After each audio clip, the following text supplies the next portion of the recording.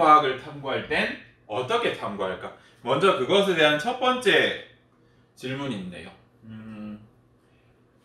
과학이 연구됨에 따라서 아주 대격변이 몇 번 있었어요.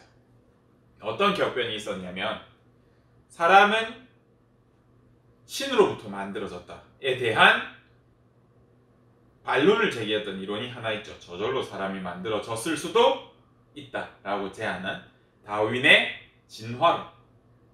또 그 이전으로 거슬러 올라가면 우주의 만물은 지구를 중심으로 바깥으로 퍼지듯이 이루어져 있다라고 하는 천동설, 지구가 중심이고 하늘에 있는 모든 것들이 지구를 중심으로 움직인다는 지구 중심설에서 어떠한 과학자가 갈릴레이, 코페르니쿠스 이런 과학자들이 지구는 단지 하나의 천체일 뿐이며 우리는 중심도 아니다 라는 주장을 했어요. 그 당시에는 정말 혁명적이고 격변적인 생각이었어요. 이런 주장을 하다가 결국 신에 대한 모독으로 감옥에 가거나 사형을 집행당하기도 했죠. 생각의 변화가 그 정도로 무서운 시대였다고 합니다. 우리도 지금 와서 DNA가 유전자다 라고 밝혔지만 몰라, 또 알고 보니 단백질이었다 라고 할 수도 있는 거예요.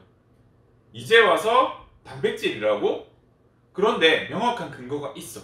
그러면 또 엎어질 수 있는 거예요. 그래서 과학적이다 라고 하는 것은, 근거를 가지는 것은 맞지만 100% 옳은 답은 아니에요. 과학적이라는 말에 여러분은 많이 속고 있는데 우리 먼저 그것에 대한 얘기를 해볼까? 과학적인 탐구 방법에 크게 두 가지가 있습니다.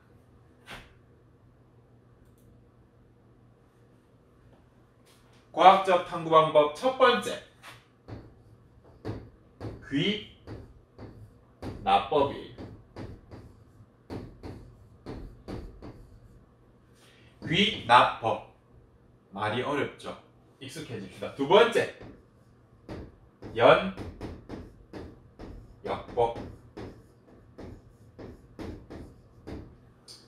우리는 자기도 모르게 과학적 탐구 방법을 사용하고 있고 이 방법들은 가장 기본적인 사람의 사고를 담고 있는, 우리는 과학을 하기 전부터 과학이라고 해서 한 게 아니라 당연히 하고 있었던 생각들을 그냥 과학적 방법이라고 적어 놓은 것일 뿐이란 말이죠.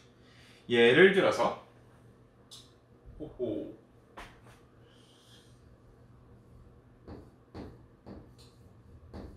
어떤 여성분이 있었어요. 미안해요, 치마로 그려서. 그냥 여자임을 표현하고 싶은데 평등적인 시선에서는 약간 편견일 수는 있는데 선생님 치마로 그릴게요. 미안해요. 알아보기 쉬우니까. 이 여성분이 예를 들어서 키도 외모도 정말 잘생기고 똑같은 두 사람이 있어. 두 사람이 이 여자에게 청혼을 했습니다. 나랑 결혼해주세요 라고 했을 때 이 사람은 자전거를 타고 왔고 이 사람은, 너네가 아는 좋은 차 뭐이냐?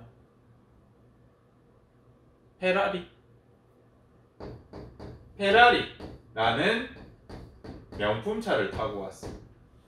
이때 어떤 사람을 선택하는 게 생존에 유리할까? 자전거를 타고 왔다? 페라리를 타고 왔다? 정확하진 않아. 그런데 왠지 페라리를 타고 온 사람에게서 우리는 더 끌리는 매력을 느낄 수도 있고, 선택을 굳이 하라고 하면 이 정보만 가지고 페라리 끌고 온 사람을 선택하는 게 이득이죠. 모든 조건이 똑같다면. 왜? 이 사람은 부를 가지고 있을 것이라고 하는, 재산이 많을 것이라고 하는 그런 상징적인 걸 가지고 있으니까. 돈이 많아서 선택한 건데 그게 무슨 생존이랑 관련이 있어요? 돈이 많다면 내가 낳을 자식, 내 유전자를 후대에 전할 때 좀 더 유리하지 않을까? 밥 걱정 안 하지 않을까? 키울 때 좀 더 잘 키워서 생존력이 높지 않을까? 라는 걸 우리는 은연중에 하고 있다는 것이죠. 이런 것들이 그런 걸 나타낼 수 있어요. 물론 자전거 타고 와가지고 아유 그냥 뭐 별 자전거보단 차가 비싸니까 라고 생각했는데 얘가 탄 자전거가 뭐 5억짜리라든지 또는 삼천리 자전거 뭐 알톤이라고 하는 거대한 자전거 회사의 회장님 아들이라든지 이거는 알 수 없어요.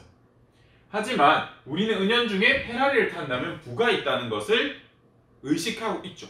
이게 귀납법이야. 에? 이게 귀납법이라고? 귀납법이야. 귀납법은 뭐냐면 관찰을 해. 페라리 탄 사람 어떤 사람이지? 돈 많네? 잘 나가네? 사회적 지위도 있네? 다른 페라리 탄 사람은 뭘까? 응? 잘 나가네? 변호사네? 돈이 많네? 자기 할 거 하면서 사네? 그럼 페라리를 탄 사람은 자기 생존에 대한 위협은 받지 않는구나 라는 것을 우리는 은연중에 알고 있었던 거지. 귀납법은 관찰을 통해서 사실을 도출하는 거야. 관찰을 통해서 사실을 도출한다. 결론을 도출하는 거죠.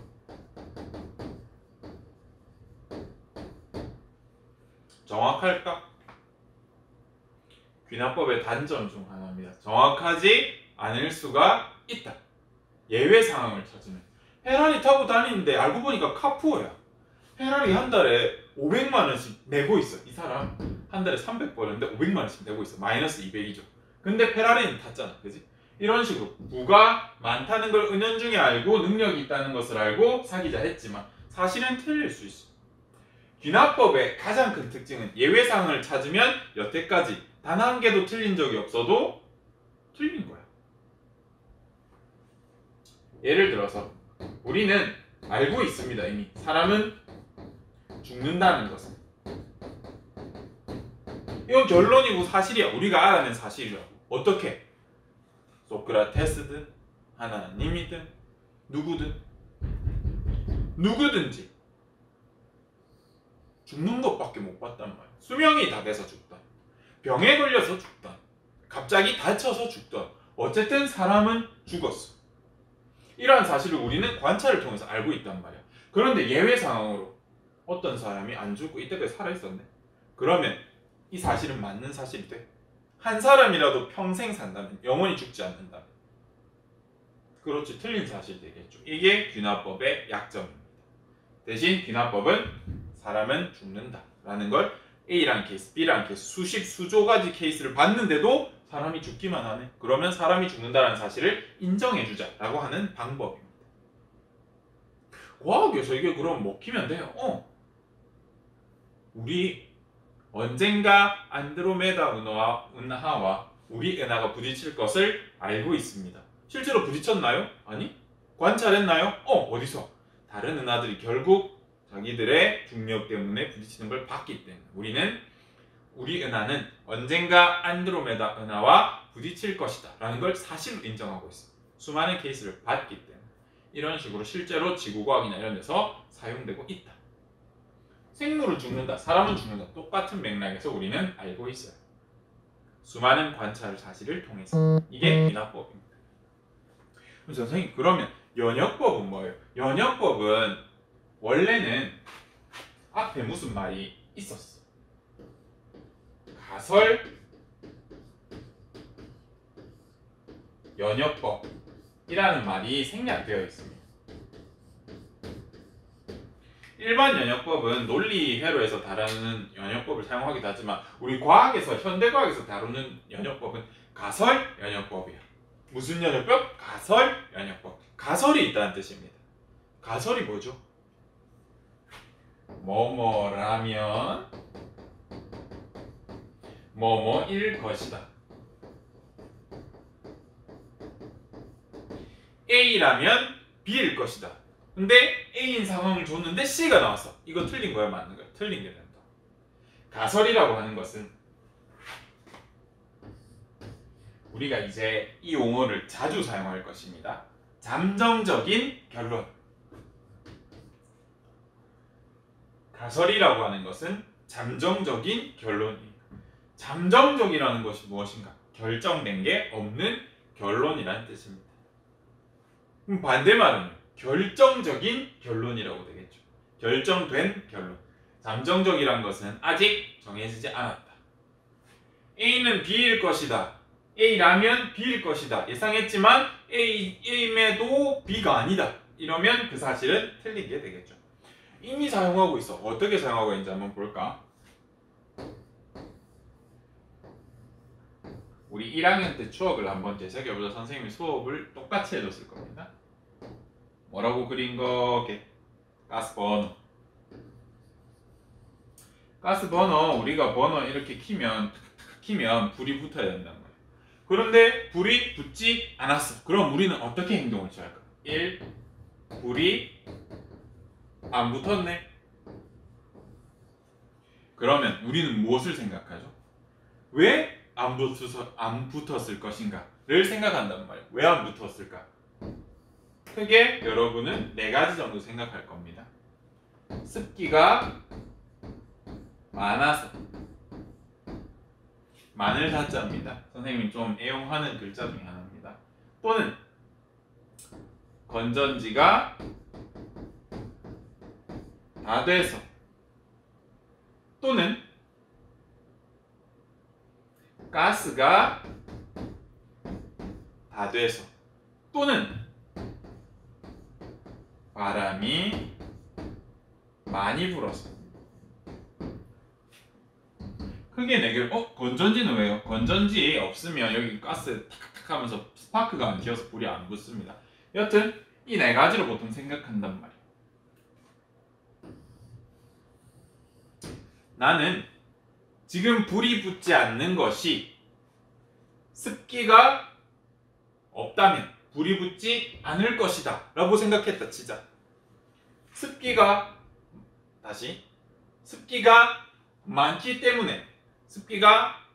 많기 때문에 지금 불이 안 붙었다. 그럼 우리 가설을 어떻게 세울까? 습기가 적다면, 잠정적으로 보이지 않는 거, 지금 아닌 상황. 습기가 없다면 불이 붙을 것이다. 습기가 없을 때 불이 붙으면, 그러면 얘는 습기가 많기 때문에 불이 붙었다라는 걸 우리 증명할 수 있죠. 그래서 습기를 제거합니다. 이걸로 얘기할게요. 습기 제거.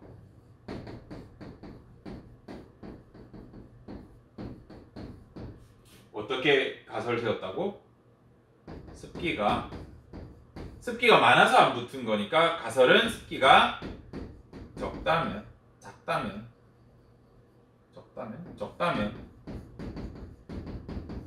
뭐 할 것이라고? 불이 붙을 것이다.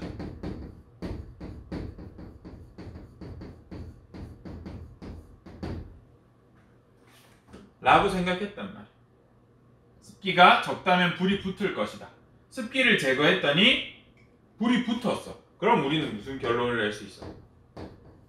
습기 때문에 불이 붙지 않았다 라는 결론을 낼 수 있단 말이야. 아, 이게 불이 붙지 않으면 습기 때문이구나. 그런데 이걸 했음에도, 습기를 제거했음에도 불이 안 붙었어.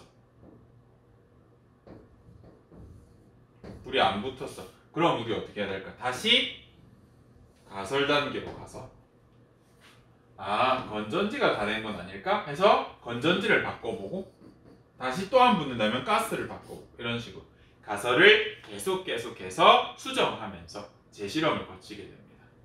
이게 연역법이야. 이 두 개, 귀납법과 연역법의 가장 큰 차이는 뭐지? 얘도 관찰하는 거 아니에요? 실험 조건을 줘서. 그럼 실험이 가장 큰 차이일까? 얘 왜 실험을 했지? 얘는 왜 실험을 할 수 없었지? 뭐 때문에? 가설 연역법. 연역법은 가설이 있기 때문에 실험이 가능해. 이거라고 가정했기 때문에 그거 아닌 상황에서 이게 돼버리면 그 결론은 틀린 게 되는 거야. 이런 식으로 우리는 과학적 사실이라는 것을 찾아가고 있고 우리는 과학의 탐구 방법이라고 이것들을 얘기하고 있습니다. 오늘 선생님 얼굴 상태 어때?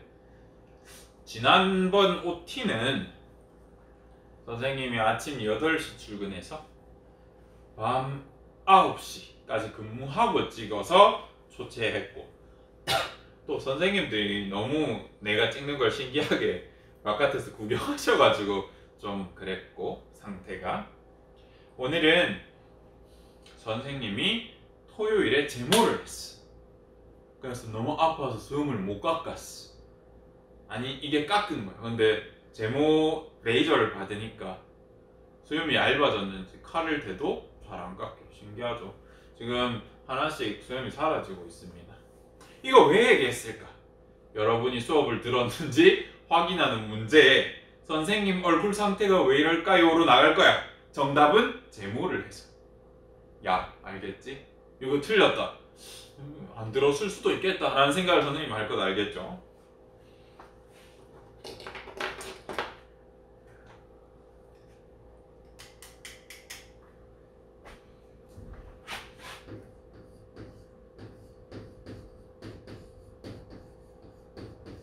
우리 과학적 방법 두 가지를 배웠습니다. 가장 큰 차이는 귀납법과 연역법. 그 두 가지 중에 가장 큰 차이는 가설이 있거나 없거나의 차이였다. 가설이 있는 연역법은 가설이 있기 때문에 실험을 할 수 있고 가설이 있기 때문에 결론을 도출해서 수정할 수 있다. 귀납법은 예외를 찾을 때까지 그 사실이 진짜인지 가짜인지 알 수조차 없지만 수많은 사례를 통해서 정답일 확률이 높겠다 싶으면 인정을 해주는 거예요. 귀납법은 선생님 예전에 공부 알려줄 때 이렇게 얘기한 적 있는 것 같아요. 귀납법은 미괄식이다. 미괄식? 미괄식이 뭐지? 국어에서 배우나? 꼬리 미자거든? 미괄은 문단이 있을 때 꼬리 부분, 마지막 부분에 괄호가 있는 걸 미괄이라고 해. 귀납법은 관찰, 그 다음 결론이 나기 때문에 마지막에 결론이 나온다 해서 미괄이고, 연역법은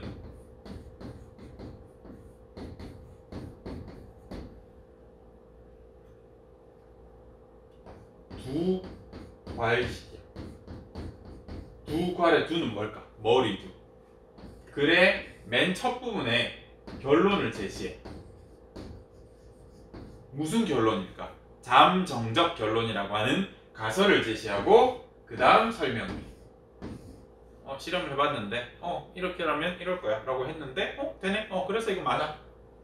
처음부터 제시를 해. 이거라면 이거일 것이다. 실험해볼까? 맞네? 맞자. 이렇게 하는 게 연역법입니다.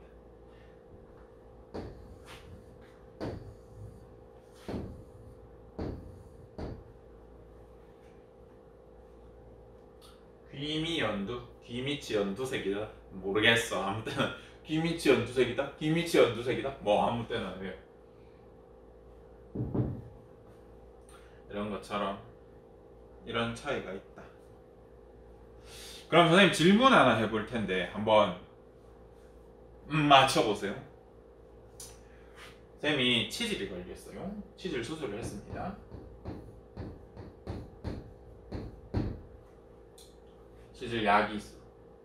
치질 수술을 해서 약을 개발했단 말이야. 선생님은 학교 오기 전에 암 치료제랑 이런 걸 개발하던데 연구소에서 같이 개발을 했었습니다. 물론 실패해서 건강 보조제가 됐지만 뭐 강황에 있는 커큐민 이런 거 이용해서 연구도 하고 했었습니다. 여튼 치질이 있었단 말이죠. 그래서 선생님 치질 약을 개발했어. 무려 10명의 치질 환자가 선생님이 개발한 약을 먹고 몇 명이 회복됐냐? 8명이 회복됐단 말이야. 이야, 나 부자 되겠네. 맞아? 이 약 효과 있어? 대답해 볼래? 하나, 둘, 셋. 효과 있어? 있다고 대답할 수도 있고 없다고 대답할 수도 있지. 그 다음 예시를 들어줄게.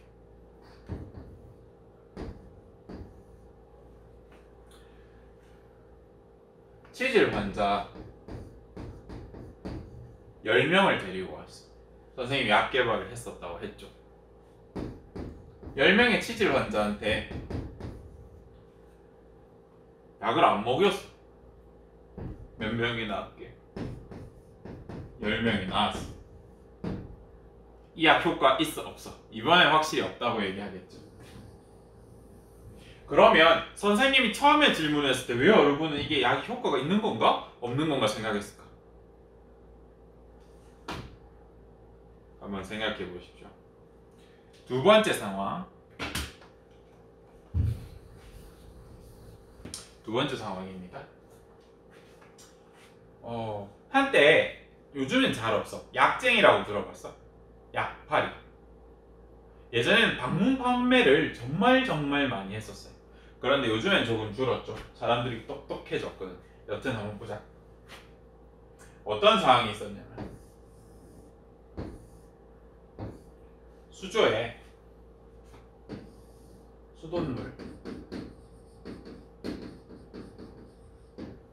수돗물을 넣고 휴대용 정수기라고 하면서 방문 판매를 한 적이 있어.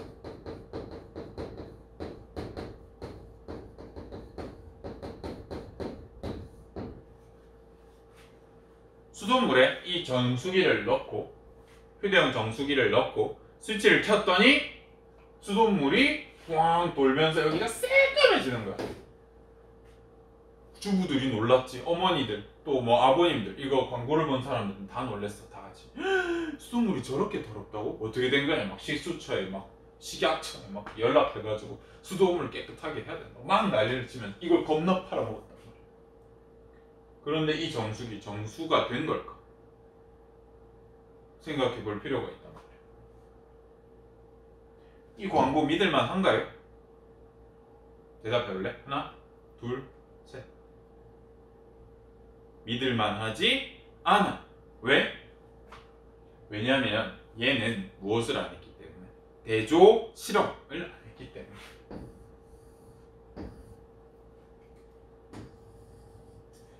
우리가 생각하는 깨끗한 물 생각해보자.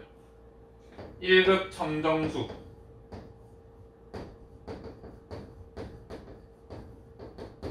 뭐 마시는 생수 에비앙이라든지 아니면 한라산에 있는 그런 물, 천지나 백록담에 있는 그런 물, 깨끗한 물이라고 소개된 물, 빙하에서 바로 나온 그런 물, 이런 거 가지고 이 휴대용 정수기를 돌렸더니 어떻게 돼? 똑같이 새까맣게 됐단 말이야.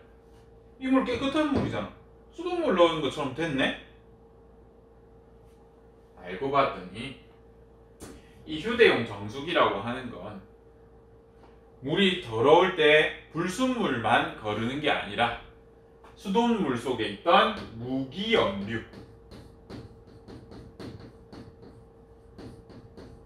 미네랄 같은 거, 이런 좋은 성분을 걷어내서 앙금 반응을 일으켜서 새까만한 금속이랑 결합시켜서 검게 나왔던 거예요. 1급 청정수에서도 이 휴대용 정수기는 똑같이 검은 앙금을 만들어냈고 효과는 없다는 걸 증명했어. 그럼 얘는 뭘 걷어낸 건데요? 요거 걷어냈다니까. 그럼 무슨 차이가 있는데요? 요런 게 적절히 있는 물을 우리는 좋은 물이라고 합니다. 근데 우리는 이런 무기염류, 미네랄이라고 부르는 이것들이 적절히 있는 물을 좋은 물이라고 한단 말이에요. 그런데 얘는 좋은 성분까지 싹 걷어내버렸어. 그리고 애초에 수돗물이 나쁜 것도 아니고, 이렇게 광고에 속을 수가 있습니다. 거의 증류수 형태의 아무것도 없는 상태를 만들었어. 우리가 이 실험과 이 실험을 처음 들었을 때 맞는 사실 아닌가? 라고 착각이 들었던 이유는 뭘까? 우리는 실험군, 실험 집단만 봤기 때문에. 그러면 우리는 뭘 봐야 해? 비교군, 또는 다른 말로 대조군,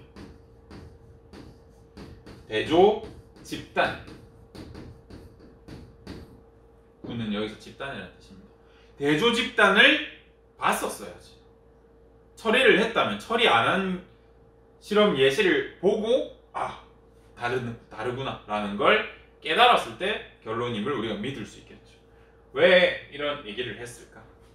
결국 우리가 배우는 귀납법과 연역법, 특히 과학적 탐구 방법, 현대의 과학적 탐구 방법이라고 여겨지는 연역법 같은 경우에는 가설을 증명하기 위해 실험을 실행한단 말이에요. 그래서 우리가 실험에 대해 아는 것이 굉장히 중요해. 실험을 할 때는 반드시 신경 써야 될 거 뭐? 실험 집단 그리고 대조 집단이 필요하다. 대조 집단이 없다면 믿을 수 있다 없다? 믿을 수 없는 사실이다 라는 걸 아셔야 합니다. 굉장히 중요한 사실이죠. 선생님 계속 이 영상을 편집하다 보니까 지우는 장면 없지? 넣어줄게. 하지만 지우면서도 사운드는 비울 수 없지. 우리 연구라는 거, 사람 성향이라는 건 한 끗 차이인데 그걸로 인해서 나중에 엄청나게 다른 결과를 낳기도 합니다. 선생님이 생명과학 전공이다 보니까 또 생태학 실험을 할 때는 나가서 우리가 동물이나 식물을 채집하기도 해. 선생님이 벌레 싫어하는데 벌레 좋아하는 사람이 뭐 어디 있겠어. 근데 잠시 벌레를 사랑했던 적이 있어. 언제냐면 동물 곤충 채집하는 수업이었는데 곤충을 많이, 희귀한 곤충을 더 많이 예쁘게 잡아서 표본화했을 때 학점이 잘 나오는 것이었어. 그때 벌레만 보면 우와 사랑합니다 하면서 막 잡아가지고 손으로 잡아 소중해 소중해 하면서 말리고 해가지고 이렇게 표본 만들고 했다. 그거 할 때인데 산에 채집을 갔는데 잠자리채 들고 나비가 자벌레 본 적도 없지. 애벌레라 하자. 애벌레 3마리가 똑같은 방향으로 입 위에 3개 똑똑똑 있는 거야. 그래서 내 동기 형 물었지. 저거 왜 저럴까? 쌤은 대답했습니다. 우연히. 근데 그 질문한 친구가 이거 자외선 지금 햇빛의 방향을 보니까 자외선 때문이지 않을까? 일 있는 것 같아. 선생님은 뭐 우연이지 않을까? 그런 것 같아 라고 동의했고 이 친구는 이지 않을까? 생각하면서 막 연구를 했어. 지금 나는 선생님이 됐고 걔는 의사가 됐어. 뭐 의사가 성공한 건 아닌데 나도 성공했는데 요 차이 뭘까?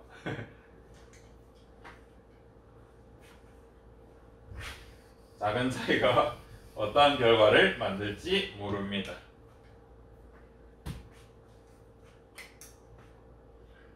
오늘은 변인에 대한 얘기까지 하고 싶었는데 탐구 방법에 대한 얘기를 하자. 우리 아까 가스 번호로 얘기를 했었는데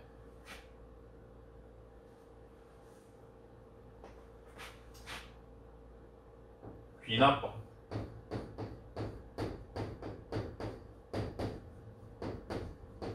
귀납법의 탐구 과정을 보자. 먼저 문제를 인식해.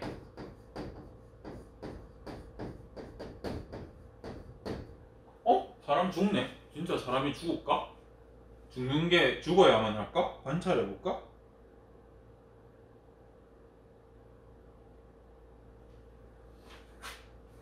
A라는 사람, B라는 사람, C라는 사람 수만 명을 모집했어. 다 죽을까? 다 관찰해봤어. A 사례 죽었네, B 사례 죽었네, C 사례 죽었네, 다 죽었네. 관찰했더니 모두 죽었어.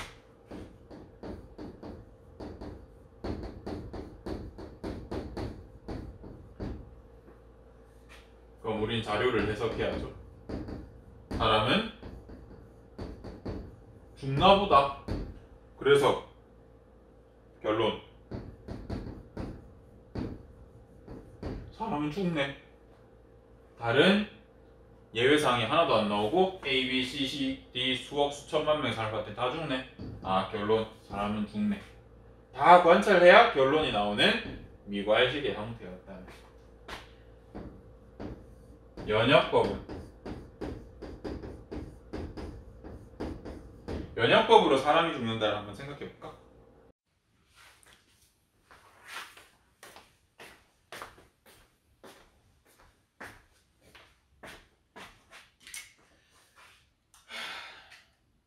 여러분들 동영상에서는 잠깐이겠지만 선생님 정리하고 집에 갔다가 동영상 마지막 부분이 없어서 다시 왔어. 면역법만 하고 마칠게.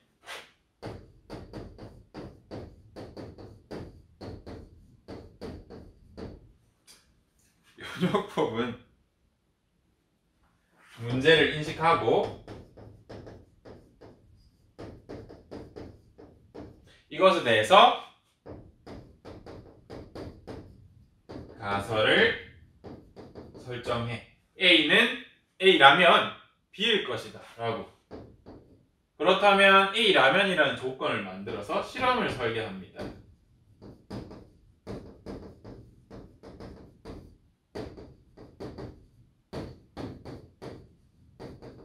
실험을 직접 해보고 실험 결과를 분석하겠죠. 실험 결과에 대한 자료를 수집해서 자료 해석을 합니다. 해석을 했다니 A는 B가 맞네 라는 결론을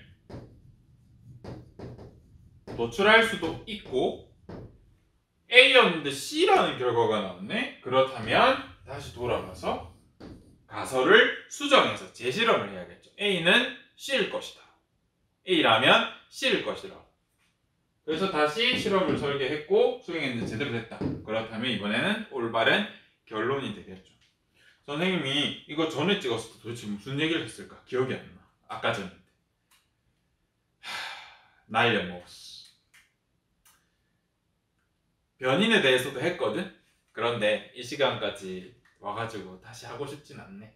우리 다음 시간으로 넘어가서 할까? 다음 시간엔 이거 한 번 더 간단히 정리하고 변인에 대해서 합시다. 다시 봅시다.